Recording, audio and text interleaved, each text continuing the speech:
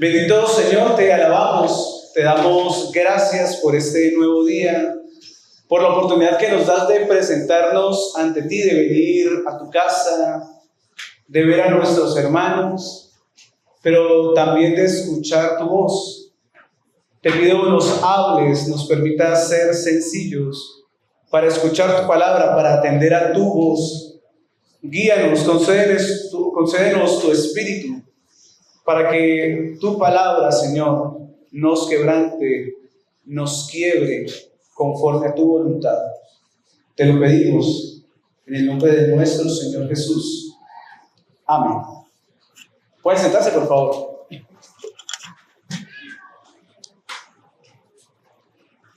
Les comparto lo siguiente.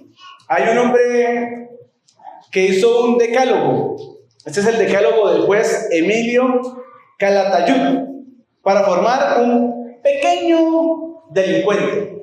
Dígaselo al de lado. ¿Para formar un qué? Un pequeño delincuente. El magistrado de menores de Granada, Emilio Calatayud, siempre hace mención en sus ponencias al decálogo para formar un delincuente.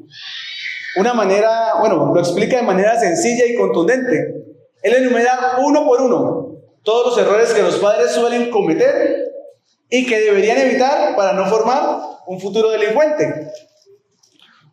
En una de sus muchas charlas, el juez Calatayud dejó claro que ese decálogo no es suyo, no se le puede atribuir toda la autoría del decálogo porque él lo ha ido aprendiendo con la experiencia también con los policías. Y él insiste en su labor pedagógica de defender los derechos fundamentales de los menores, pero también les recuerda que los menores tienen obligaciones acorde con sus edades. Entonces, aquí va el decálogo, 10 punticos, 10 cosas que él ha visto. ¿Para formar un qué? Un futuro delincuente. Pequeño delincuente, un futuro delincuente. Primero, comience desde la infancia dando a su hijo todo lo que pida. Así que será convencido de que el mundo entero le pertenece. La segunda, no le dé ninguna educación espiritual. Espere que alcance la mayoría de edad para que pueda decidir libremente. La otra, cuando diga palabrotas, ríaselas. Entonces lo animará a hacer más cosas graciosas.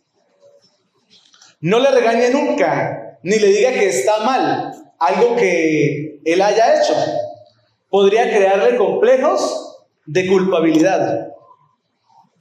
La quinta, recoja todo lo que él deja tirado. Libros, zapatos, ropa, juguetes, hágalo todo. Así se acostumbrará a cargar la responsabilidad suya sobre otros.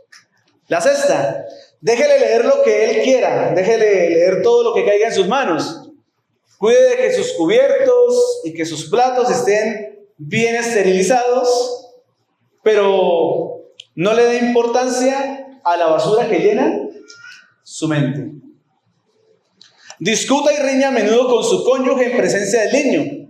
Así no le sorprenderá ni le dolerá demasiado el día en que su familia quede destrozada para siempre. El octavo, dele todo el dinero que quiera gastar. Que el niño no vaya a sospechar que para disponer de dinero es necesario trabajar. Satisfaga todos sus deseos, apetitos, comodidades y placeres.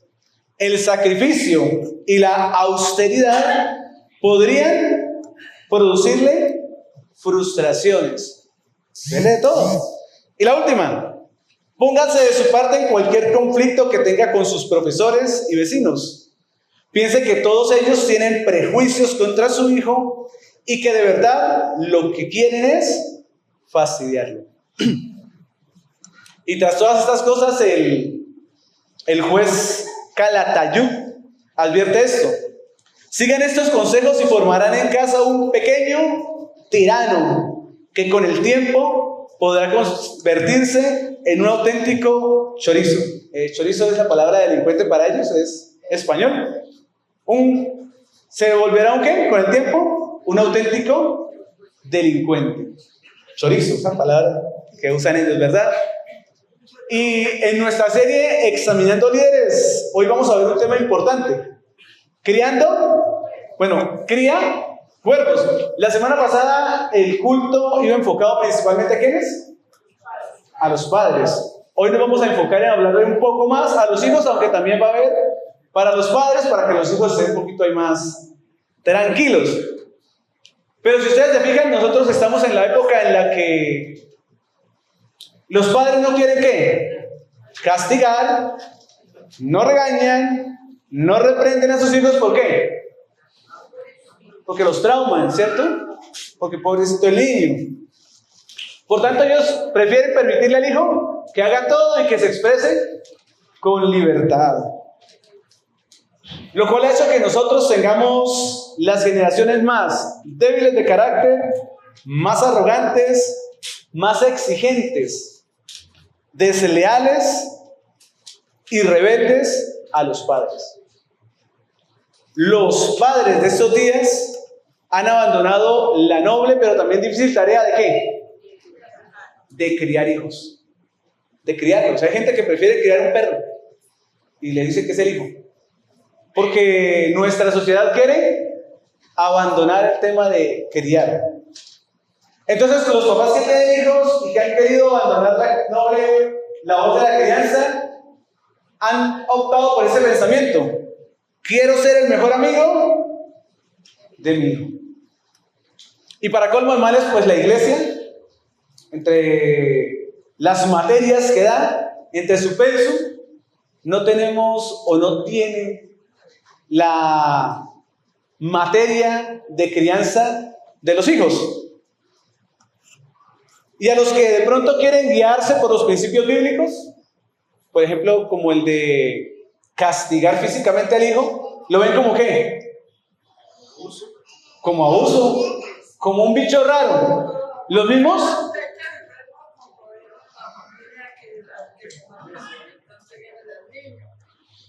Entonces, a veces se ve como un abuso, ¿cierto?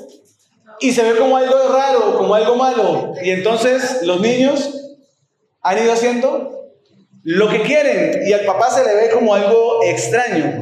Entonces, la iglesia ha dejado la crianza de los hijos ¿a quién? A los psicólogos. La iglesia ha abandonado el consejo bíblico para dejar que el psicólogo sea el que termine por educar a los niños. La iglesia abandonó eso. ¿Y cuál ha sido la cosecha? Hijos duros, cuervos, que le están sacando los ojos a sus padres en vez de estar ¿qué? Honrándolos. ¿Por qué? Porque hemos abandonado el privilegio difícil de criar a nuestros hijos. Entonces, en nuestro tiempo no es tan normal encontrar que un hijo quiera honrar al padre. Lo más normal es ver a un hijo que cuando le corresponde el momento de honrar a su papá, en lugar de honrarlo, lo maltratan. Cuando lo ve viejito y achacoso, piensa primero en la eutanasia, antes que sufrir el tiempo de cuidar y de honrar a sus padres.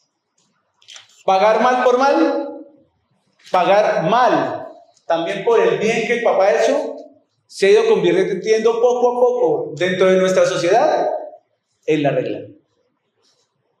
De pronto los que más hacen y piensan que más hacen, deciden pasar una cuota, ¿cierto? Que no está mal, pero ahí se quedan, porque han decidido no honrar a sus padres. Y bueno, hoy en el pasaje bíblico que vamos a ver, y le invito a que lo vaya buscando ya. ¿Trajeron Biblia física? Por si acaso. Hácela, sin miedo. Esforcémonos. Traigamos la Biblia física. Volvamos a ella. El pastor nos está haciendo bastante recordación de traer nuestra Biblia física.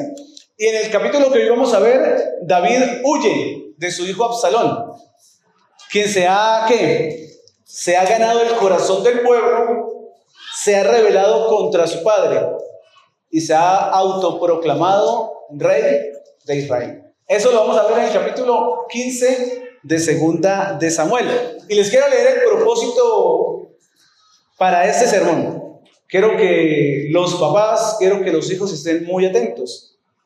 Quiero mostrarle a toda la iglesia, especialmente a los hijos de cualquier edad, que el principio de la honra a los padres supera el mal testimonio o los pecados de sus padres. ¿Lo entendimos? El principio de la honra a los padres, que es un mandamiento, supera al mal testimonio o pecado de los padres. Los hijos jóvenes, adolescentes, hacen la mano, por favor, adolescentes hasta los 30. Ya veo manos ahí raras levantadas. Les quiero hacer una pregunta, así que estén pendientes y ustedes al final de la pregunta me responden sí o me responden no. Jóvenes adolescentes, ¿es doloroso que papá o mamá pequen contra ustedes o los lastimen y no les pidan perdón? ¿Es doloroso o no? ¿Sí o no? ¿Cómo? Es doloroso, ¿verdad? Pero aun si sus padres no lo hacen, si los lastiman y no les piden perdón, escuchen, hijos, que un padre peque y no pida perdón no es una excusa para deshonrarlo. No es una excusa. Aunque el papá peque, aunque el papá no pida perdón. Para los padres, ¿alcen la mano? Sí, porque si hay hijos hay padres, gracias. Padres, que Dios ordene a los hijos honrarnos no es excusa para no pedirles perdón si hemos pecado. O sea, que el papá peque no derriba el mandamiento. Que el papá tenga el mandamiento a su favor no es una barrera ni un escudo para que papá no pida perdón al hijo si le ha fallado. Y antes de leer el pasaje que vamos a leer hoy, que les dije que es 2 Samuel 15, pues quiero recordarles cómo terminó el pasaje de la semana pasada. Bueno, el capítulo 14. 2 Samuel 14, del 32 al 33 terminó de esta manera. Y Absalón le respondió, ¿a quién? A Joab, el jefe del ejército, al que le había quemado el campo de cebada. Te pedí que fueras a ver al rey y le preguntaras para qué he vuelto de Gesur. Más me habría valido quedarme allá. Voy a presentarme ante el rey y si soy culpable de algo, que me mate. Joab fue a comunicárselo al rey. Este por su parte mandó llamar a Absalón, el cual se presentó ante el rey y postrándose rostro en tierra le hizo una reverencia. A su vez, el rey recibió a Absalón ¿cómo? ¿Cómo? Con un beso. Quiero hacerles dos observaciones acá. La primera, Absalón había matado ¿a quién? A su hermano. Por tanto, él merecía la muerte. Lo vimos la semana pasada. Aún así, ¿cómo lo recibió su padre? ¿Qué significa ese beso? Perdón, ¿cierto? Papá perdonó a su hijo. La segunda observación se la quiero hacer con la misma pregunta que hizo Absalón. ¿Para qué? Perdón. ¿Para qué he vuelto de Gesur? ¿Será que Absalón, al volver de Gesur, lo que esperaba de su papá era solamente un beso del Señor tocado? ¿O será que esperaba algo más? ¿Qué más podría estar esperando Absalón de su papá, que 2 años después lo hace volver de una tierra lejana? Castigo. ¿Será? ¿Castigo? ¿Reprensión? Pensaba en esto, en reconocimiento.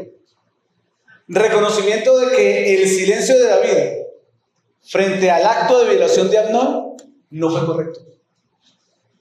¿O por qué mató a Absalón a su hermano Amnón?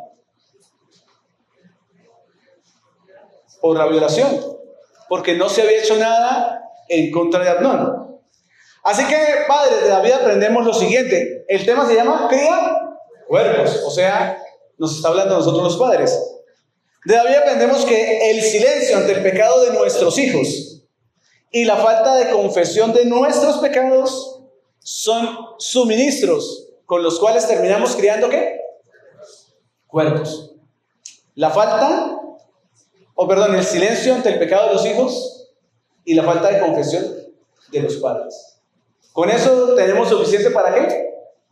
Para criar cuerpos. Ahora sí, segunda de Samuel 15, del 1 al 37. Les leo.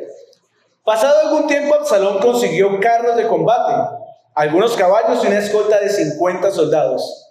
Se levantaba temprano y se ponía a la vera del camino junto a la entrada de la ciudad.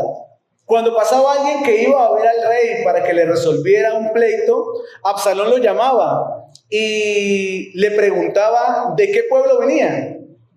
Aquel le decía de qué tribu israelita era, y Absalón le aseguraba: tu demanda es muy justa, pero no habrá quien te escuche de parte del rey. Enseguida añadía: ojalá me pusieran por juez en el país.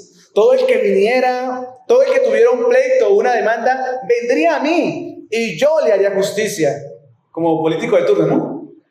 Además de esto, si alguien se le acercaba para inclinarse ante él, Absalón le tendía los brazos, lo abrazaba y lo saludaba con un beso, como los políticos de turno. Así que hasta Buñuelo y allá comen en tiempo de política. Le daba un beso. Ahora me perdí. Vamos a empezar de 6. Vale. No, ya. Esto hacía Absalón con todos los israelitas que iban a ver al rey para que le resolviera algún asunto, y así fue ganándose el cariño del pueblo. Al cabo de 4 años, Absalón le dijo al rey: permítame su majestad ir a Hebrón a cumplir un voto que le hice al Señor. Cuando vivía en Gesur de Aram, hice este voto: si el Señor me concede volver a Jerusalén, le ofreceré un sacrificio. Vete tranquilo.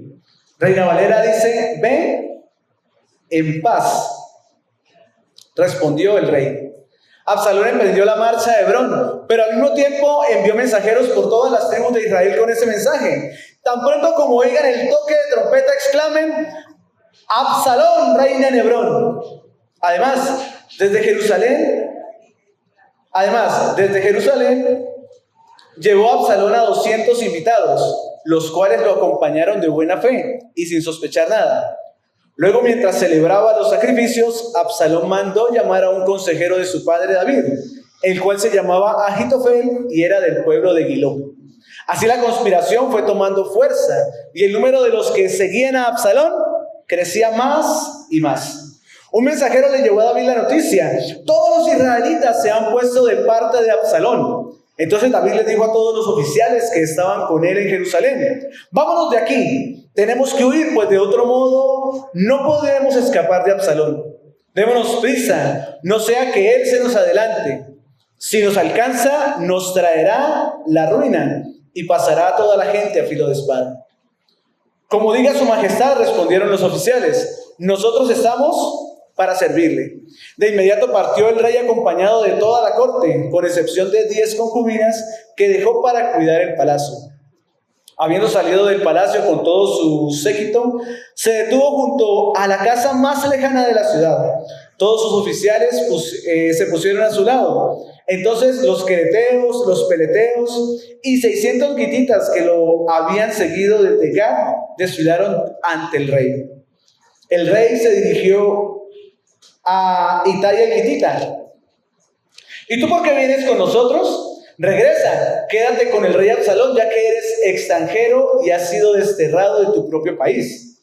¿Cómo voy a dejar que nos acompañes si acabas de llegar y ni yo mismo sé a dónde vamos? Regresa y llévate a tus paisanos, y que el amor y la fidelidad de Dios se acompañen. Pero Itai respondió al rey: tan cierto como que el Señor y su majestad viven, juro que para vida o para muerte iré a donde quiera que su majestad vaya. Está bien, contestó el rey, ven con nosotros. Así que Itai el gitita marchó con todos los hombres de David y con las familias que lo acompañaban. Todo el pueblo lloraba a gritos mientras David pasaba con su gente. Y cuando el rey cruzó el arroyo de Cedrón, toda la gente comenzó la marcha hacia el desierto. Entre ellos se encontraba también Sadoc, con los levitas que llevaban el arca del pacto de Dios.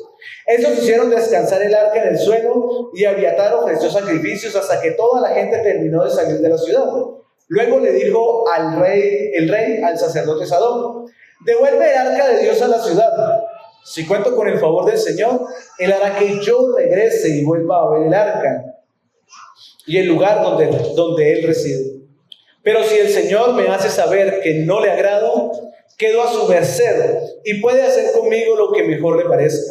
También le dijo: como tú eres vidente, puedes volver tranquilo a la ciudad con Abiatar y llevarte contigo a tu hijo Ahimás y a Jonatán, hijo de Abiatar. Yo me quedaré en los llanos del desierto hasta que ustedes me informen de la situación. Entonces Sadoc y Abiatar volvieron a Jerusalén con el arca de Dios y allí se quedaron. David por su parte subió al monte de los olivos llorando, con la cabeza cubierta y los pies descalzos. También todos los que lo acompañaban se cubrieron la cabeza y subieron llorando. En eso le informaron a David que Ahitofel se había unido a la conspiración de Absalón. Entonces David oró: Señor, haz que fracasen los planes de Ahitofel. Cuando David llegó a la cumbre del monte donde se rendía culto a Dios, se encontró con Usai el arquita, que en señal de duelo llevaba las vestiduras rasgadas y la cabeza cubierta de ceniza. David le dijo: si vienes conmigo, vas a hacerme una carga. Es mejor que regreses a la ciudad y le digas a Absalón: Majestad, estoy a su servicio. Antes fui siervo de su padre, pero ahora lo soy de usted. De este modo podrás ayudarme a desbaratar los planes de Ahitofel. Allí contarás con los sacerdotes Sadoc y Abiatar. Así que manténlos informados de todo lo que escuches en el palacio real. También contarás con Ahimás, hijo de Sadoc, y con Jonatán, hijo de Abiatar. Comuníquenme ustedes por medio de ellos cualquier cosa que averigüen.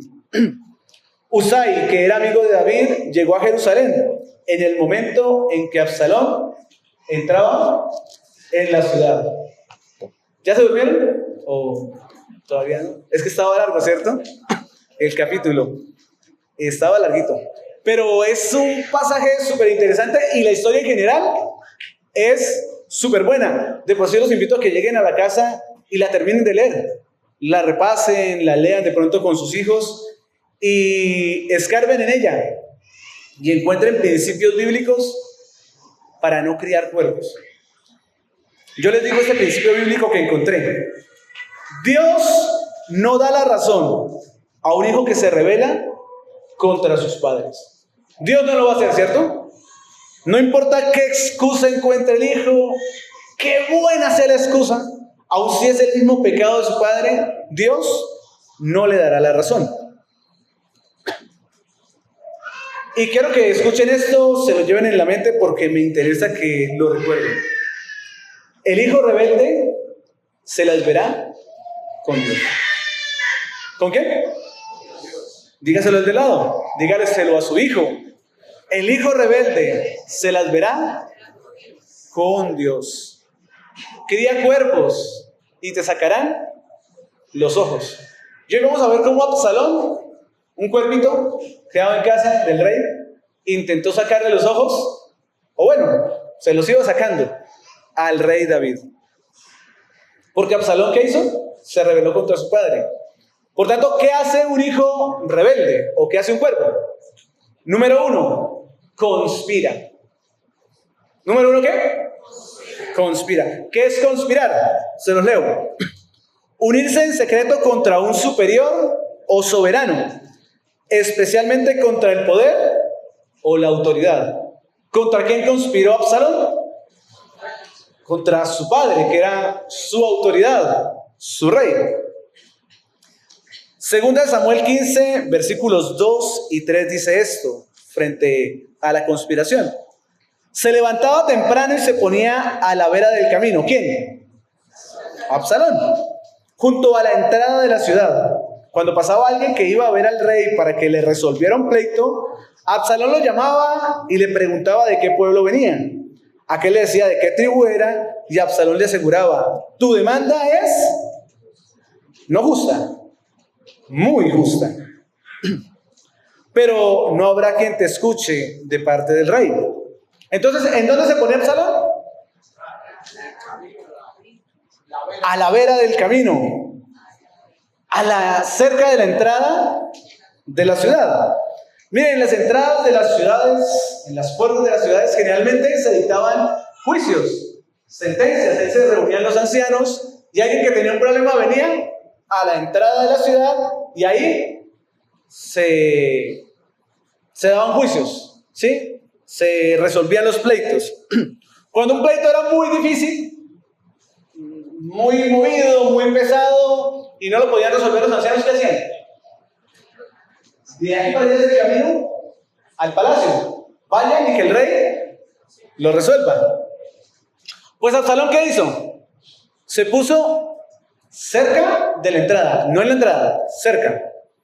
¿Junto al camino qué? Pues junto al camino que la gente recorría para ir a consultar al rey. ¿Y qué le decía a la gente? Tu demanda es muy justa, pero no habrá quien te escuche de parte del rey. Entonces, con esa acción, ¿qué buscaba Absalón? Que la gente se volcara hacia él y se desligaran del rey David. Así conspiró ¿quién? Absalón. ¿Cómo conspira entonces un hijo contra su padre? ¿Cómo conspira un hijo contra papá o contra mamá? Fácil. Pone al uno en contra del otro, ¿o no? Si un hijo sabe que quiere conseguir algo, que tiene una rencilla contra uno de sus papás, ¿qué va a buscar? Aliarse con alguno de los dos. Buscar que alguien le dé la razón, hallar el favor de alguno de ellos. También cómo conspira un hijo contra sus padres. ¿A qué busca un hijo? Cuando papá y mamá no copian lo que él quiere. Ay, ¿cómo sabemos, cierto? ¿Cuántos abuelos hay por acá? Alcen la mano con confianza. ¿Sin vergüenzas? Eso. ¿Qué hace un niño cuando el papá o la mamá lo corrigen y está el abuelo ahí? Corre para donde el abuelo, hace más pataleta de lo normal, ¿cierto? Llora más, grita más, se lamenta más. Y el niño, ay, hijo, no le pegue al niño, mi pollito. El hijo intenta ganarse el favor de los abuelos para que se pongan en contra de sus padres, que son la autoridad de él. Acuden a las autoridades civiles. Hay hijos que amenazan a sus papás con echarles ¿a quién? Al ICBF. Los hijos se valen de los derechos que otros han alcanzado porque se han sido víctimas, ¿cierto? Y lo aprovechan a su favor. ¿Cómo más conspira el hijo? Haciendo lo que hizo Absalón, ganándose el corazón de las personas que están a favor del papá para traerlos hacia el campo de él. ¿Así trabaja quién? Un hijo, un cuervo. Un hijo rebelde trabaja así. Así que un consejo para los padres. Somos llamados a ser uno. Papá y mamá somos llamados a ser uno, un equipo, un cuerpo. Apoye por tanto a su cónyuge en la disciplina.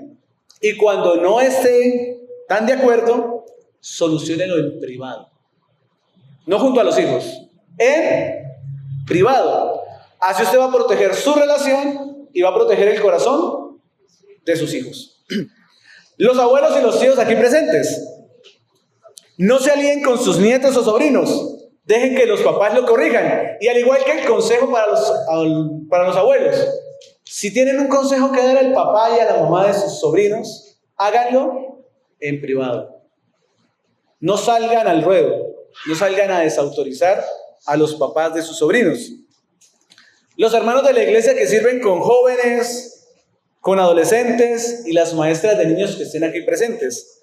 Escuchemos a los muchachos, escuchemos a los niños, pero no los llevemos a estar en contra de sus padres. Seamos muy cuidadosos. Invitémoslos a dialogar con sus papás. Invitémoslos a acercarse a papá, a mamá y a decirles aquello en lo que no están tan de acuerdo. Miren, ¿en qué momento empezaron las conspiraciones de Absalón? Bueno, desde el momento en que Amnón violó a su hermana y David guardó silencio. Se lo leo. Segunda de Samuel 13, 21 y 22 dice: el rey David, al enterarse de todo lo que había pasado, se enfureció. Absalón, por su parte, no le dirigía la palabra a Amnón, pues lo odiaba por haber violado a su hermana Tamar. Miren, nuestros hijos podrían rebelarse por el pecado de ellos mismos, ¿cierto? Pero padres, ojo, que no sea por el pecado nuestro. David guardó silencio. Y entonces el odio y la conspiración de Absalón empezó por matar a su hermano. Y después, ¿hacia quién corrió esa misma conspiración y odio? Hacia su papá. Un consejo para los hijos. Hijos, hacen la mano antes de que se me queden dormidos. Hácela fuerte, si se echaron desodorante, si no, más abajito. Bien, ahí los tengo. Que nuestros padres hayan pecado jamás justificará delante de Dios que nos pongamos en su contra. Dígaselo al de lado. Que nuestros padres hayan pecado jamás justificará delante de Dios que nosotros nos pongamos en su contra. Tampoco que pongamos a otros en contra de nuestros padres. ¿Qué sería la qué? Conspiración. Así que un cuervo, un hijo rebelde, ¿qué hace? Número 1, conspira. Número 2, calumnia. ¿Qué es una calumnia? Aquí les va la definición. Acusación falsa y maliciosa que se hace para causarle daño a alguien. Entonces no solamente es falsa, sino que es ¿qué? Maliciosa, y la meta es causarle daño a alguien. Segunda de Samuel 15:3 dice esto. Y Absalón le aseguraba, tu demanda es muy justa, no está buena, es muy justa, pero no habrá quien te escuche de parte del rey. ¿Qué caracterizaba a David? ¿Qué caracterizó la forma y el proceder de David? Su justicia. Miren, cuando David empezó a reinar en todo Israel, de las primeras cosas que hizo fue buscar a ¿quién? A Mefiboset, hijo de su amigo Jonatán. ¿Por qué? Porque había hecho un pacto con su amigo. Y ya su amigo no estaba. Pero lo justo que era cumplir con sus palabras, bendecir, cuidar a los suyos, porque con eso se había comprometido David. ¿Cómo fue David con Saúl? Justo, cuando estaba en la cueva y los soldados le decían, mátelo, ya el Señor se lo entregó. ¿Qué hizo David? Le perdonó la vida a Saúl, no lo mató, aunque eso le podría permitir llegar más rápido al trono. David vengó la muerte de, no se me queda el nombre, de Isboset. ¿Quién es Isboset? El que sepa solamente levante la mano. Isboset pasa sin pena ni gloria, ¿cierto? Isboset fue el que quedó reinando en lugar de Saúl. David reinaba en Hebrón, Isboset reinaba en el resto de Israel. Y cuando ya la cosa se puso muy caliente y el asunto estaba difícil, 2 hombres de Isboset fueron y mientras dormía, ¡plá!, le quitaron la cabeza, empacaron y fueron hasta donde David, pensando que se iban a ganar el favor de David, ¿cierto? La cabeza de su enemigo. Y David se vengó por eso, porque ese hombre lo habían matado de una forma injusta. Absalón mismo encontró delante del rey algo que la ley no otorgaba. Encontró gracia. La ley demandaba que el rey debía haber matado a Amnón, ¿cierto? Por violar a Tamar.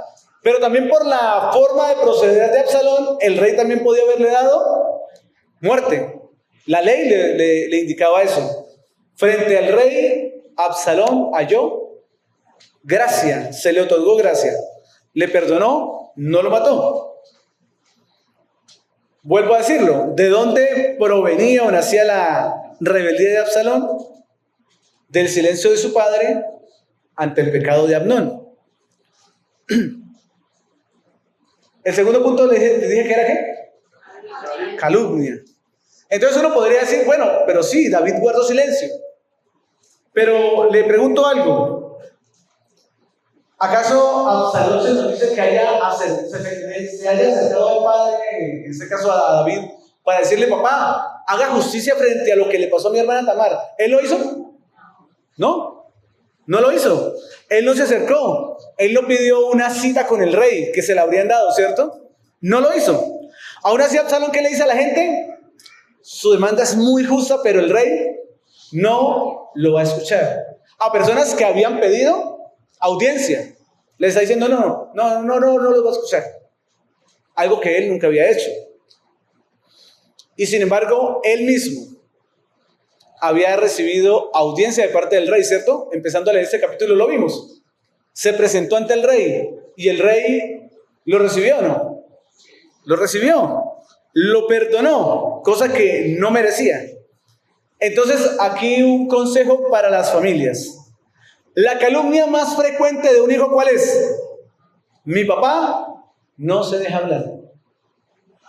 Para los que son papás, yo creo que en algún momento la han escuchado, ha recorrido sus oídos. Por ahí vi a alguien que se rió. Mi papá no se deja hablar. ¿Y a quién se lo cuentan? A toda la familia, a todo el mundo. Pero muchos hijos no lo han intentado. Simplemente se están quejando. O las veces que se han acercado ante el papá para que los escuchen, lo han hecho con la actitud incorrecta. Lo han hecho de una forma grosera, de una manera atrevida. Y bueno, muchos que se acercan al papá para que los escuchen, generalmente quieren que el papá les dé la razón en algo que están mal. Y como papá dice no me escucha. Entonces aquí tengo una lista de algunas calumnias que los hijos usan generalmente. Si su hijo lo ha usado, le echo un ojito, ¿vale? Mis papás no me entienden. Aproveche y vea a su hijo. Padres, ¿entendemos o no entendemos a nuestros hijos? Un papá entiende al hijo. Entiende que quiere hacer lo malo y entiende cuando quiere hacer las cosas bien. Los papás entienden. Otra, mis papás no me escuchan. Uy, ¿los queremos escuchar, sí o no? Padres, ¿los queremos escuchar? Amén. Solo que no podemos estar de acuerdo en todo lo que los hijos quieren. No podemos estar de acuerdo. Mis papás no me aman. Tan chéveres los papás de mis amigos, que sí los aman, que sí le compran el Play 5 o en donde vayan el Play, que sí los entienden, ¿cierto? Que sí los quieren. Miren, nadie muestra más amor que un padre. Nadie muestra más amor que un papá. Mis papás a todo le ponen problema. Como ellos ya disfrutaron, y como ellos ya disfrutaron, pues no quieren que yo disfrute. Hijos, ¿qué más quiere un papá si no es que ustedes no metan la pata en el mismo lugar donde nosotros los metimos? ¿O no? Nosotros queremos evitarles que ustedes tontamente cometan los mismos errores que nosotros en nuestra necedad cometimos algún día. Para mis papás, esto es para los hijos cristianos. Esto yo nunca lo usé, pero los hijos cristianos que han crecido en la iglesia y los papás que han tenido hijos chiquitos en la iglesia lo habrán escuchado. Para mis papás todo es pecado. Esa es una queja de los hijos criados dentro de la iglesia. Miren, para los papás no todo es pecado. Lo que pasa es que los papás aman a los hijos. ¿Amén? ¿Cierto? Y aunque eso produzca malestares, estorbarle su pecado, papá y mamá lo vamos a hacer. Vamos a estorbarle su pecado. ¿Cuál es la intención de una calumnia? Porque estamos hablando de que un hijo criado como un cuervo quiere calumniar al papá. ¿Cuál es la intención de la calumnia? Dañar a los padres, hacerlos sentir culpables, herirlos, entristecerlos, hacerlos quedar mal con las otras personas. Escuche esto. La calumnia de muchos hijos nace del pecado estorbado por parte de sus padres. Si un papá le estorba el pecado al hijo, mi papá es malo. Si un papá no le estorba el pecado del papá, ¿qué es? Mi papá es chévere. Mi papá es un buen papá. Me deja hacer lo que yo quiero. Ahora, para nivelar un poquito el asunto, para que los jóvenes no sientan que solo los estamos atacando, ¿sí? Jóvenes y adolescentes, ustedes podrían tener razón. Su papá y su mamá podrían estar equivocados, pero hablar mal de ellos nunca va a estar bien. Por más equivocado que esté su papá, hablar mal de él no le va a hacer bien, no está bien. Si los papás son difíciles, que los hay, hijos con papás difíciles, digan amén. No mentiras porque sería una calumnia. Cuidado ahí, cuidado ahí. Pero hay papás que son difíciles, ¿cierto? No siempre el papá es sencillo. Entonces no le echen más leña al fuego. No se ponga a hablar mal de su padre. Decida honrar a su papá y busque las oportunidades para hablar con ellos. Decirles cómo se siente. Decirles qué es lo que ha pasado. En qué momento de pronto se han sentido heridos. Búsquenlo hacerlo y háganlo con respeto. Cuando un hijo se revela, solo ve lo que no le gusta de sus padres y olvida deliberadamente lo bueno que ellos hacen por él. Pensemos en un circulito. Saca el círculo así. Piensen. De ese circulito, ¿será que todo lo que el papá hace es malo? Si lo hacemos, ¿qué tantos puntos nuevos encontrará uno de un papá? Unos tantos. Si usted sacara la lista de las cosas que papá hace mal frente a las cosas que papá hace bien, que usted no cataloga como buenas, que aún su papá hace sin que usted esté pensando si son buenas o malas, la lista va a ser más larga que las malas. ¿Por qué trabaja el papá?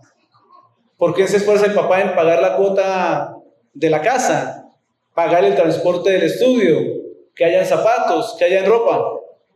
Papá y mamá hacen muchísimas cosas a favor del hijo, pero de ese montón de cosas, cuando el hijo percibe un puntico feo, que no le gustó, que le estorba, ya con eso es suficiente para que papá sea un pésimo papá. Eso le ocurre a los hijos. Le pasó a Absalón. Absalón, como muchos hijos, se quedó viendo solamente lo malo en su papá. Solo lo malo. Y entonces olvidó lo bueno que él había recibido. Y para lograr su objetivo, ¿qué hacía Absalón? Él le decía a la gente, su causa es muy justa, pero el rey no lo va a escuchar. Entonces, si una persona venía con una demanda maluca, pero Absalón le decía, su demanda es justa, y el personaje llegaba ante el rey, y el rey le decía, no, está grave, esa petición que usted tiene es mala. ¿Qué pasaba con esa persona? Le hallaba la razón a Absalón. Y recibía la calumnia y decía sí, el rey me negó lo mío. Absalón me dijo que era justo. Definitivamente vine ante el rey y el rey no me escuchó. No obtuve respuesta. Y si una persona venía y él le decía sí, lo que usted pide es justo, y sí, definitivamente era justo, ¿qué pensaba? ¿Para qué voy donde el rey? Si Absalón ya sabe. ¿Qué busca el hijo cuando habla mal de un papá? Ante muchas otras personas. ¿Echárselo a dónde? Al bolsillo. Otro más a favor. Otro más de los míos. Cuando un hijo calumnia a sus padres, lo que intenta desesperadamente es ganarse la aprobación de otros. Como no tiene la aprobación de papá, entonces buscará que otros se vengan hacia él. Así tenga que hablar mal de papá o de mamá. ¿Qué hace un cuervo? Bueno, un hijo cuervo, digámoslo así para que no suene feo. El cuervito de casa, ¿qué hace? El primero, conspira. Lo segundo, calumnia. Lo tercero, castiga. ¿A qué busca ir el hijo con la rebeldía? A sus padres. Segunda de Samuel 15 del 8 al 10 dice: cuando vivía en Gesur de Siria, hice este voto: si el Señor me concede volver a Jerusalén, le ofreceré un sacrificio. Vete tranquilo, respondió el rey. Absalón emprendió la marcha a Hebrón, pero al mismo tiempo envió mensajeros por todas las tribus de Israel con este mensaje: tan pronto como oigan el toque de trompeta, exclamen: Absalón reina en Hebrón. Yo no sé si ustedes lo notan, no sé si de pronto los hijos de ahí lo notaron, pero esta pequeña parte del capítulo es conmovedora y a la vez muy, pero muy dura. Miren, Absalón lleva 4 años, 4 años, conspirando y calumniando a su papá. 4 años. Buscando que el pueblo se vuelva hacia él, hablando mal de su padre. Y en su última jugada maestra, ¿qué hizo? Usó la fe de su papá. Aprovechó la fe del papá para mentirle. Se valió de la fe de su papá para engañarle. Haga de cuenta como cuando a un hijo le dan los, no sé, 10,000 pesos para el bus, para que vaya al colegio, y papá le dice: hijo, Dios lo bendiga. Pero el papá voltea, ¿y para dónde va su hijo? ¿Para la universidad? No, posiblemente no entre, posiblemente se vaya a tomar, posiblemente se vaya a consumir. Papá le está dando al hijo lo que el hijo necesita, pero el hijo, con lo que papá hace, está buscando herirlo, está buscando dañarlo. El hijo ha planeado 4 años cómo castigar a su padre y recibe las palabras de papá: ve tranquilo. Reina Valera dice: ve en paz. La palabra es shalom. Ve con mi amistad, ve con mi bendición. ¿Y el hijo qué está pensando hacer? Daño a su padre. Entonces Absalón nunca entendió que su padre nunca estuvo en guerra contra él, aunque Absalón estaba en guerra contra su padre. Pero Absalón no lo entendió. Absalón tampoco entendió que su padre no estuvo en guerra cuando él le mintió para que invitara a su hermano a comer con él y poderlo matar. Absalón no entendió que David no estaba en guerra con él cuando él mató a su hijo, o a su hermano en este caso, Abnón. No estuvo en guerra con Absalón cuando Absalón huyó de casa. Y David no está en este momento tampoco en guerra contra su hijo. Pero el hijo no le entiende. Hijos, pues los hijos de sus papás. Pero los hijos en general, Absalón de por sí tenía buena edad, ¿cierto? Entonces no solo los jóvenes y los adolescentes, sino los adultos que de pronto todavía luchan y pelean innecesariamente con sus padres. Hijos, el corazón de sus padres no está en guerra contra ustedes, aunque ustedes hayan declarado la guerra contra ellos. Mi hija el viernes, mientras preparaba el sermón, no me acuerdo qué estábamos haciendo, yo creo que estábamos jugando con Néctar a pegarle la cuesta. Y mi hija me dijo: papá, cuando tú me pegas en la cola jugando, no me duele. Pero cuando me castigas, me pegas durísimo. Ella usa la palabra durísimo siempre que la castigo, pero no le doy tan duro. Salvo que corresponda, ¿no? Sí, para que no digan que le estoy acabando. Y lo siguiente que me dijo es: pero es porque me amas. Yo no le tuve que decir eso. Se lo he dicho cuando le he castigado. Padres, asegurémonos que nuestros hijos sepan que no estamos en guerra contra ellos cuando los castigamos, cuando los corregimos, cuando les decimos no. Asegurémonos que ellos entiendan que no estamos en guerra contra ellos. Miren, cada decisión que Absalón tomó en este capítulo de 10 para adelante tenían un solo objetivo: castigar a su papá. Y el punto máximo fue ¿cuál? Quitarle la vida. Esa era la meta final de Absalón, ¿cierto? Fue creciendo ese mal. Y escucha el consejo que le dio su compañero, aquel contra el que logró atraerlo hacia él, conspirar. Segunda de Samuel 17, del 1 al 3 dice: además Ahitofel le propuso a Absalón lo siguiente: yo escogería 12,000 soldados y esta misma noche saldría en busca de David. Como él debe estar cansado y sin ánimo, ojo, lo atacaría, castigarlo, ¿cierto? Le haría sentir mucho miedo, castigarlo. Pondría en fuga al resto de la gente que está con él, castigarlo para que esté solo.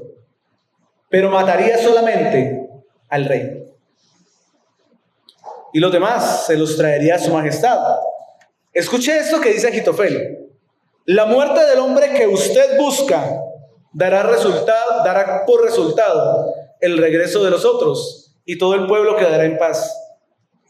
La muerte del hombre que usted busca, no la muerte de su papá. ¿Se da cuenta cómo se trabaja? Ni siquiera para verlo como el padre. Oiga, es que voy a matar a mi papá. No.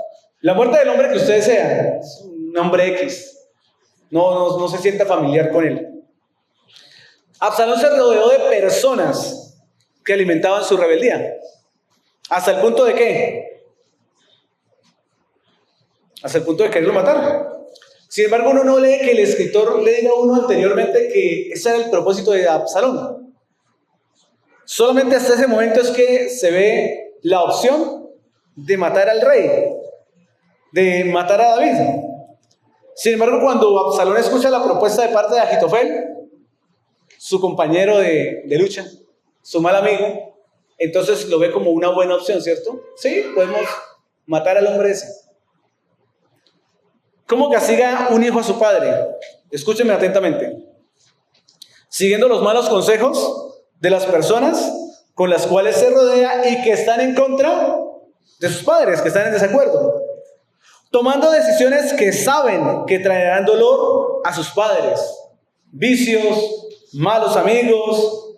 Muchos hijos abandonan el estudio porque saben que papá y mamá le cuesta y que le causa dolor que ellos lo dejen. Expresiones groseras y de rechazo o desprecio hacia sus padres. Pensar en quitarles la vida a ellos o quitarse la vida ellos mismos para hacer sentir culpables ¿a quiénes? A sus padres. Hijos, todos los que son hijos, que todavía tienen papá y mamá vivos, alcen la mano. Grandes y pequeños, ¿no? Y ya todos entramos en el baile. Esta lista no me tocó pensar en otros. Esta lista que les dije fue lo que yo hice contra mis padres. Cuando mis papás se separaron, entonces yo entré en guerra con ellos. Entré en guerra con mi papá, entré en guerra con mi papá, con mi mamá. Y lo que más quería con lo que yo hacía era infligirles dolor. Eso que les nombré es mi lista. Cuando mis papás se separaron, yo recuerdo que un día mi papá discutía con mi mamá. Y mi mamá gritó y salimos corriendo. Yo salí corriendo dispuesto a golpear a mi papá. No lo hice. Pero tanto fue el odio en ese momento que yo salí corriendo al tercer piso y lo más que pensaba era: me tiro de acá y que mi muerte les duela. Quiero hacerles daño. Ese era mi deseo. Quería hacer que les doliera verme muerto. Recuerdo que un día estaba peleando con mi hermana mayor y le respondí como respondió Saúl allá atrás: hija de la mala madre. Ustedes lo traducen al español. Le dije así, se lo dije enfrente de mi mamá, porque quería ofenderla, quería que le doliera. Me refugié por un tiempo en el trago, tomé, porque mi mamá era cristiana y le iba a doler.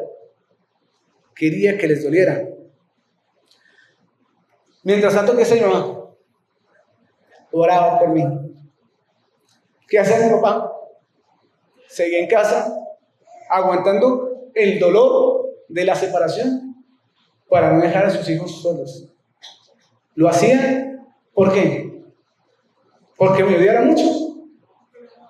Porque un papá no está en guerra contra el hijo, aunque al hijo no le guste lo que el papá hace.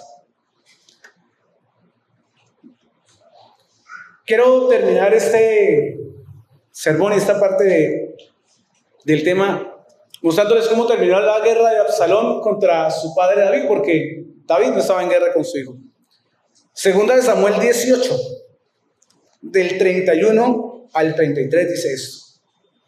Entonces llegó el cusita y anunció: le traigo buenas noticias, su majestad. El Señor lo ha librado hoy de todos los que se habían rebelado en contra suya. Y a David, como que poco le importa esto, y dice: ¿y está bien el joven Absalón?, preguntó el rey. El cusita contestó: que sufran como ese joven los enemigos de su majestad y todos los que intentan hacerle mal.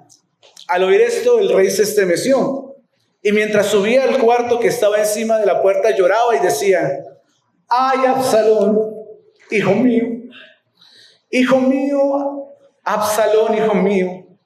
Ojalá hubiera muerto yo en tu lugar. ¡Ay, Absalón, hijo mío, hijo mío, hijo mío! Hijos, papá no está en guerra con ustedes, aunque ustedes lo estén contra ellos. Y mientras estudiaba el pasaje me pasó algo duro, porque yo dije, bueno, ¿y este pasaje qué? ¿Qué le digo a un hijo que está rebelde? ¿Que se va a morir? Y ya. Lo leí y yo dije, no encuentro la gracia, no encuentro cómo brindarle esperanza a un joven que se está rebelando contra sus padres. ¿Será que no hubo una oportunidad para un mejor final? Y entonces encontré esto. Segunda de Samuel 18:5. Además, el rey dio esta orden a Joab, Abisai e Itai: no me traten duro al joven Absalón. Y todas las tropas oyeron las instrucciones que el rey le dio a cada uno de sus generales acerca de Absalón. Miren, el padre que tanto se equivocó fue el primero que tanto más buscó ¿qué? Oportunidades para salvar a su hijo. Por si de pronto ustedes han estado cargados con sus padres, los papás fueron los que más oportunidades buscaron. En el caso mío, mis padres. Así que una palabra para los padres, la dijo el pastor Ángelo, la escribió en el chat de los padres de los jóvenes espirituales. Cuando los padres oran, Dios obra. Por tanto, si usted tiene un hijo rebelde, ¿qué debe hacer? Ore por su hijo. Para los hijos, el hijo rebelde se las verá con la ira de Dios. El hijo que honra a sus padres se las verá con la gracia de Dios. ¿Qué queremos? ¿Con qué nos queremos enfrentar? ¿Con la gracia de Dios o con su ira?